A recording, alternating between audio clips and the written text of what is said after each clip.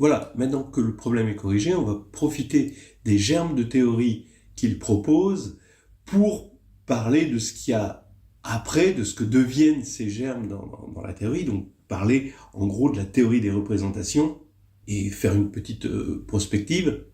Donc je vous rappelle que la théorie des représentations, finalement les représentations d'un groupe, ce sont des morphismes sur un espace, finalement ce sont des actions de groupe sur un espace vectoriel, voilà, avec un ajout de linéarité, on demande un axiome de linéarité de l'action de groupe, voilà.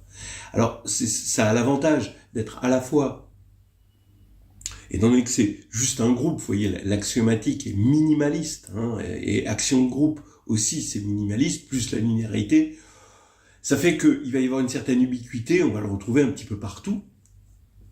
Donc on a une grande rentabilité, hein, parce qu'il y a cette ubiquité des actions de groupe, et en même temps cette puissance, puisque on va avoir toute la théorie des groupes qui va être importée dans l'espace en quelque sorte.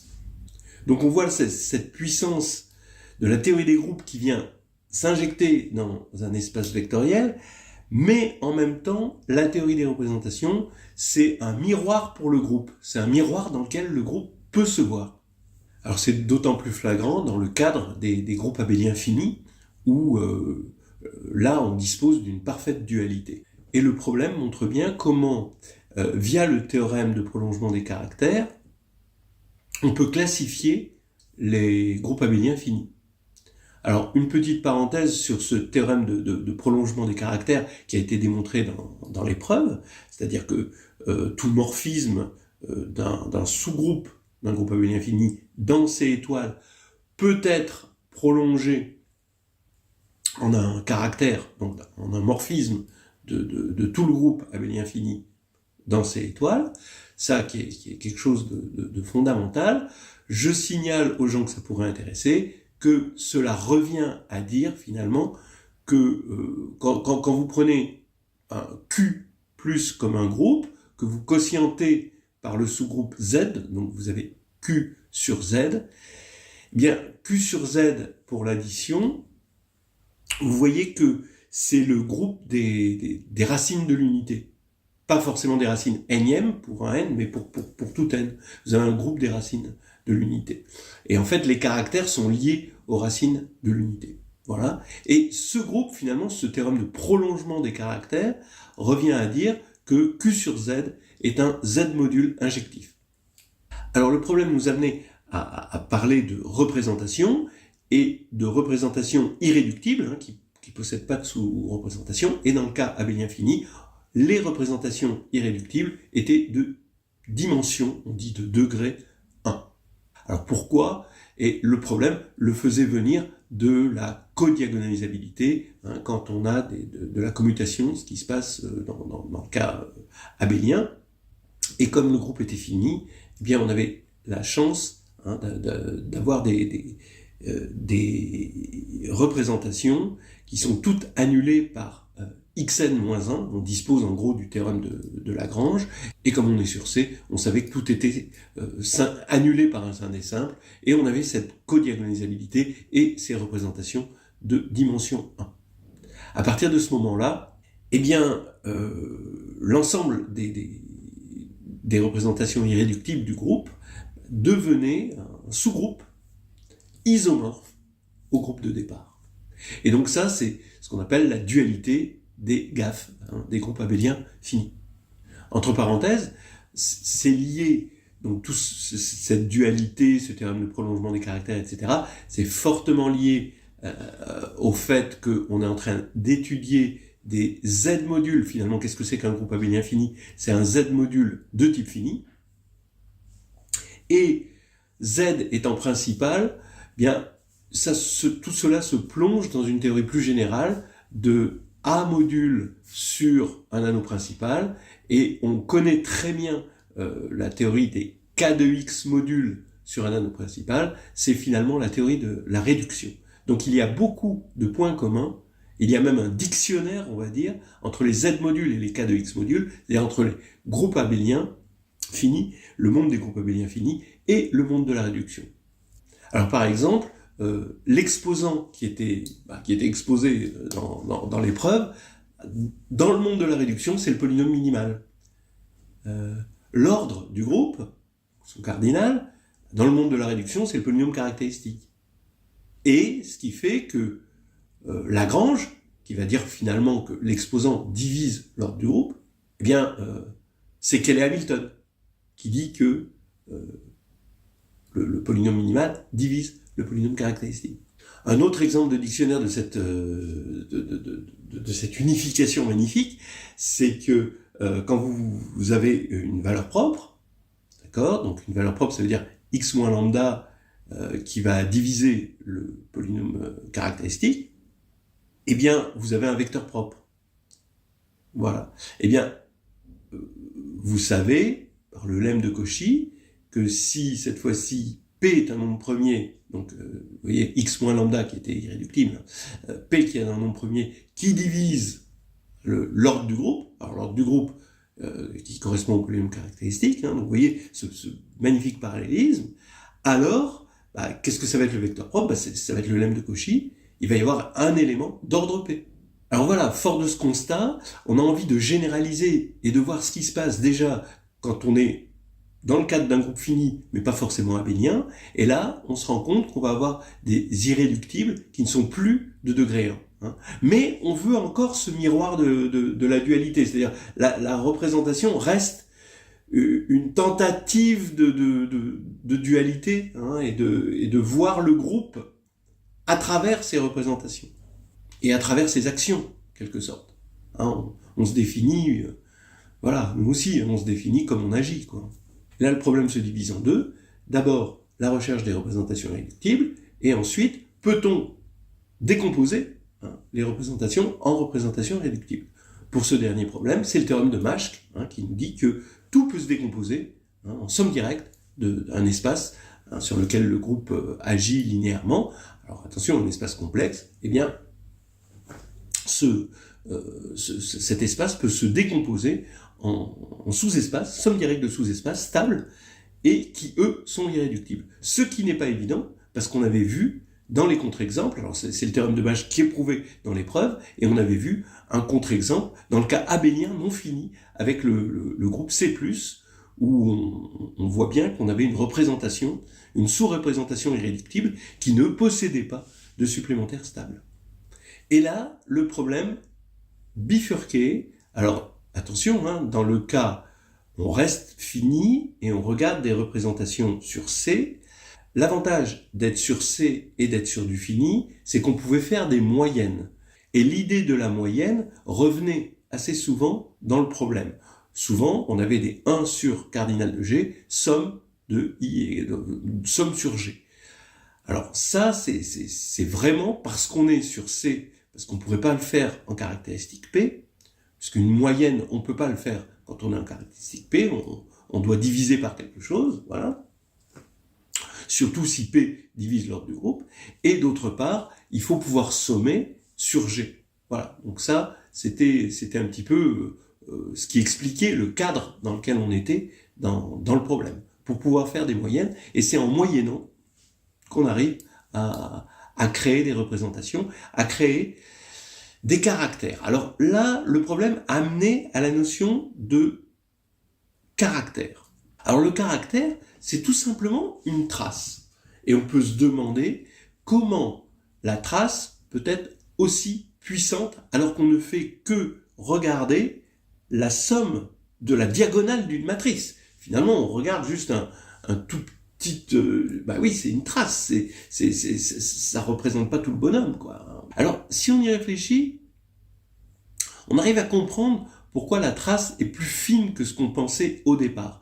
Parce que on regarde la trace de G, d'accord, donc de θ de G, on va dire θ c'est une représentation, G c'est un élément du groupe, on regarde la trace de θ de G, oui d'accord, mais on regarde aussi toutes les traces pour tous les G, donc pour toutes les puissances de G.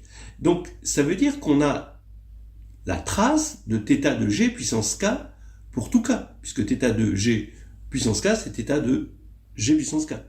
Et là, on a finalement le polynôme caractéristique, parce que la trace de θ de g puissance k, bah, on sait que c'est les sommes de Newton des valeurs propres de θ de g.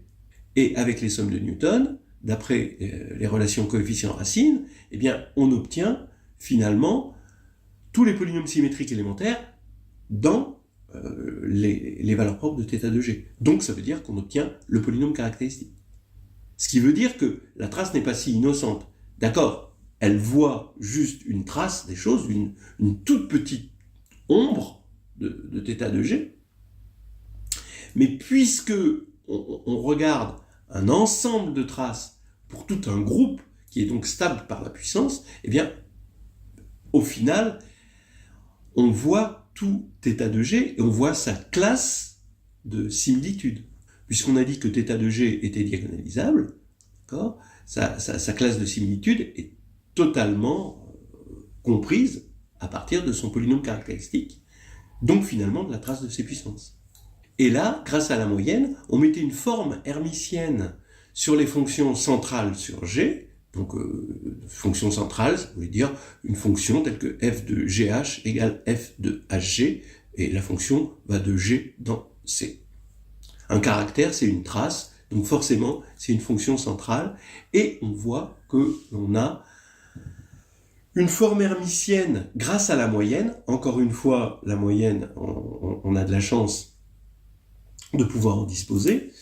Et le théorème extraordinaire, c'est que les caractères irréductibles forment une famille orthonormée pour la forme hermitienne qui a été obtenue en moyennant.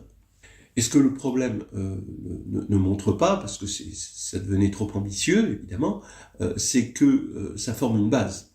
Ce qui veut dire qu'il y a autant de caractères irréductibles que de nombre de classes de conjugaison dans G. Ça, c'est déjà ce qu'on voit dans le cas abélien fini, puisque le nombre de caractères irréductibles, c'est isomorphe à G, donc il y en a autant que G, et des classes de conjugaison de G, comme G est abélien, il y en a exactement le cardinal de G, puisque dans le cas abélien, chaque élément est une classe de conjugaison à lui tout seul. Donc je reviens dans le cas fini, mais non forcément abélien. Eh bien, vous avez cette forme hermitienne où les caractères forment une base orthonormée, et finalement, toutes les représentations vont avoir un caractère, et si on veut comprendre leurs composantes irréductibles, eh bien, on a cette forme hermitienne, parce que c'est juste leurs coordonnées dans cette base qui va nous donner les composantes irréductibles d'une représentation donnée. Je vous rappelle que pour avoir les coordonnées dans une base orthonormée, il suffit d'appliquer une forme hermitienne, donc la forme hermitienne pour laquelle elle est orthonormée. Donc les choses deviennent absolument limpides. Alors je vous rappelle que le théorème de Majk est fondamental dans cette histoire. Il faut pouvoir dire, une fois qu'on a les représentations irréductibles, on a toutes les représentations. Et donc là, on finit par se convaincre qu'on peut avoir toutes les représentations à isomorphisme près grâce au caractère. Mais maintenant, pour aller plus loin, eh bien, comment on peut pallier le problème quand il n'y a plus la finitude? Eh bien, là, il y a possibilité si le groupe est compact. Effectivement, si le groupe est compact, il y a ce qu'on appelle une mesure de Haar invariante. C'est-à-dire, on va pouvoir moyenner, parce que tout le problème était de moyenner sur le groupe, c'est comme ça qu'on avait le théorème de Majk, mais on va pouvoir moyenner sur le groupe. Et on a l'existence, et même l'unicité d'une mesure qu'on appelle G invariante, qu'on appelle la mesure de Haar sur le groupe. La somme, donc, est remplacée par une intégrale normale. On a même ce qu'on appelle l'Unitarian trick, qui pourrait se traduire par l'astuce unitaire, qui permet à des groupes comme GLN, SLN, etc., quand on veut des représentations de groupes infinis comme ceci, de se ramener à un groupe compact, un sous-groupe compact. Bon, la décomposition polaire, il n'y est pas pour rien. Donc même le cas non compact peut être parfois, dans le cas réductif, généralisé. Et de plus, maintenant vous allez me dire, si on est en caractéristique P. Alors si on est en caractéristique P, bon, on peut encore s'en sortir si P, le nombre premier P, hein, c'est-à-dire on veut chercher, au lieu de représentations sur C, on veut des représentations sur, je sais pas moi, FP ou encore de caractéristique P. Si P ne divise pas le cardinal du groupe, alors on peut continuer et on va avoir un théorème de Majd. Si G est fini, évidemment. On ne va pas mélanger toutes les difficultés en même temps. Maintenant, un cadre compact, infini, abélien, intéressant, c'est le cercle. On va regarder le cercle. Oui, c'est S1, d'accord. C'est, si vous voulez, SO2. Voilà. Eh bien, les représentations, quand on va regarder les fonctions du cercle sur C, ça va se décomposer effectivement ça va être des fonctions centrales, ça va se décomposer en somme, de caractères, qui sont de degré 1 parce qu'on est dans le cas abélien. Eh bien, vous savez, c'est la théorie de Fourier. En gros, si vous voulez, la théorie des représentations, quand on la regarde juste sur S1, ça donne la théorie de Fourier. Ça donne envie d'aller plus loin quand même. Alors, revenons sur ce qu'on voit dans l'épreuve. On voit le cas Z sur 2Z. Finalement, les représentations de Z sur 2Z, c'est juste la symétrie. C'est quoi une représentation de Z sur 2Z? C'est-à-dire qu'on prend il y a 0 et 1. 0 va aller vers l'identité. 1 va aller vers quelque chose qui, quand on le double, ça devient 0. Donc, ça veut dire S2 égale l'identité. Et donc, c'est exactement ce qu'on appelle les symétries. On voit le cas cyclique dans l'épreuve, on voit le cas abélien fini, ça c'est joli, et on voit à un moment, au début, dans les exemples, finalement un contre-exemple, S3, qui est le premier groupe non abélien, et où on va obtenir la première représentation irréductible, qui n'est pas de degré 1, et qui est de degré 2. Ça, on le voit bien dans le problème. Alors on voit le lien entre les classes de conjugaison et cette base, dont on ne montre pas que c'est une base, mais de caractère irréductible. Et en fait, ce qu'on appelle la table de caractères d'un groupe fini, c'est une table où on va mettre en verticale les classes de conjugaison, on va mettre en horizontale les caractères irréductibles, et on va regarder quelle est l'image du caractère irréductible correspondant sur la classe de conjugaison, parce que c'est indépendant de l'élément choisi dans la classe de conjugaison, et ça nous fait une grande matrice qui est carrée, puisque le nombre de classes de conjugaison est égal au nombre de caractères irréductibles. Et cette matrice carrée, ça va être, donc c'est dans le cas abélien fini, ou même, on va dire dans le cas cyclique, on a une espèce de matrice de Van der Monde, la matrice de Van der Monde des racines de xn-1, si le groupe c'est Z sur nz. Et en général, cette table de caractères, donc si vous voulez cette matrice, ça va être un miroir dans lequel le groupe peut se voir.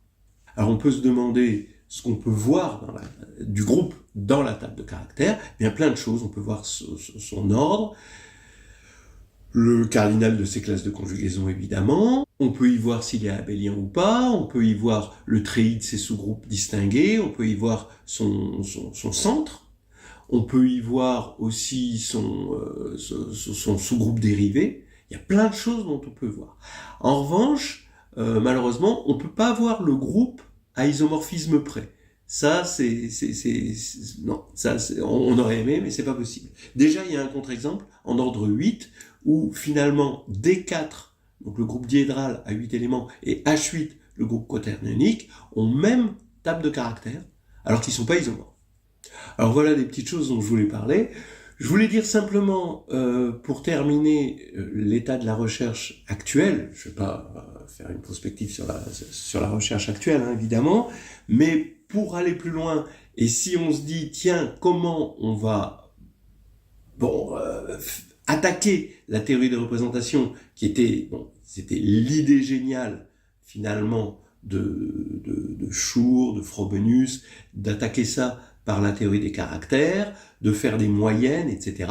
Mais quand P, même si on est sur un groupe fini, hein, et on est en caractéristique P, et P divise l'ordre du groupe, là, tout ça explose. Alors, dans ce cas-là, il n'y a même plus masque.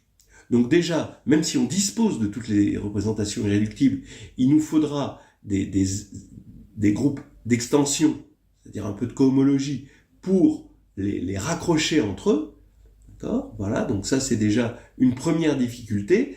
Comment créer à partir de deux représentations irréductibles une représentation qui possède la première comme sous-représentation et l'autre comme quotient, c'est-à-dire qu'il va y avoir une extension qui va se passer entre les deux.